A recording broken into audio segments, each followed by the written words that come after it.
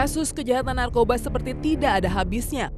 Para pengedar narkoba yang telah ditangkap pun masih beraksi meskipun telah menjadi penghuni lapas. Hal tersebut sangat disayangkan dan menjadi perhatian para netizen.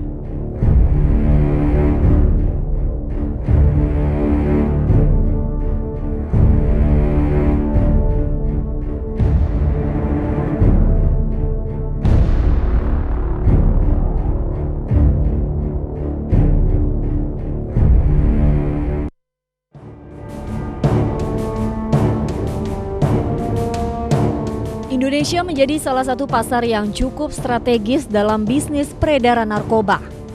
Hal ini disebabkan banyak pilihan yang mencoba untuk melakukan upaya apapun untuk tetap menjalankan bisnis haram tersebut, bahkan dari dalam lapas. Pemerintah pun berusaha untuk memberantas peredaran narkoba yang terus menjamur. Budi Waseso selaku Kepala Badan Narkotika Nasional menyatakan banyak bandar narkoba dan 50% peredaran narkoba dikendalikan dari lapas. Sementara Menteri Hukum dan HAM Yasona Lauli menghimbau pemerintah sudah menyatakan perang karena ini membahayakan kita ke depan. Dan untuk keamanan, Kemenkumham bekerja sama dengan kepolisian dan BNN. Komentar juga keluar dari anggota Komisi 3 DPR RI Junimart Girsang. Menurutnya, terdapat laporan bahwa yang menggunakan dan menjual narkoba adalah petugas lapas, sehingga Menkumham harus turun ke lapangan.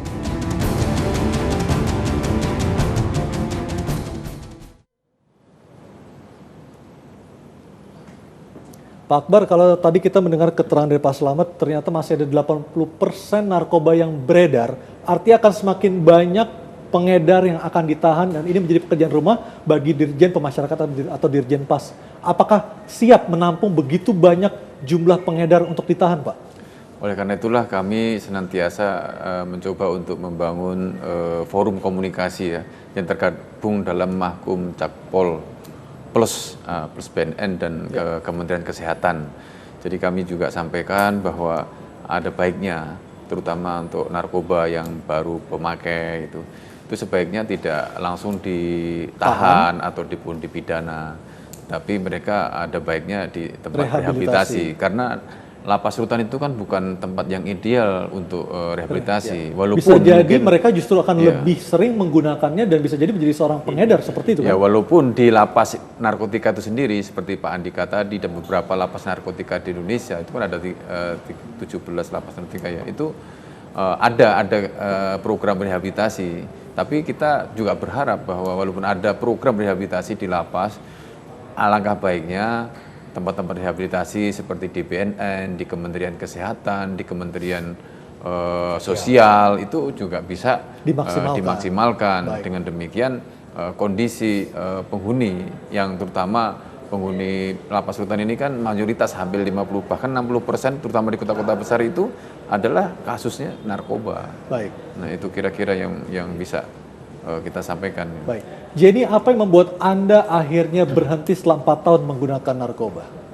Karena aku dulu sempat overdosis tuh 2 kali. Artinya overdosis hampir mati seperti itu? Hampir mati gitu. Jadi aku yang terakhir itu memang overdosisnya bukan dari aku sendiri karena pakai itu tapi nggak tahu kalau itu narkoba, kayak kopi. Tapi itu jadi dicampur di kopi tanpa kamu mengetahui isi kopinya itu apa, kamu minum dan efeknya langsung dirasakan seperti itu. Jadi aku minum 3 sloki. Aku pikir itu minuman kopi tapi minuman alkohol gitu. Ternyata itu ada macam-macam, ada sabu, ada inek, semuanya dicampur dan itu aku minum 3 sloki langsung ngeblank. Dan overdosis hampir mati. Dan di situ aku janji sama Tuhan untuk berhenti total. Apa yang akhirnya orang biasanya kalau untuk berhenti nggak bisa langsung berhenti karena harus dikurangi dosis dan segala macam. Berapa lama proses untuk bisa benar-benar bersih dari narkoba? Aku satu memang ya itu gara-gara aku ngelihat lampu putih kayak lampu putih gitu matanya, mungkin karena matanya udah putih semua kali ya, jadi kelihatan kayak lampu putih.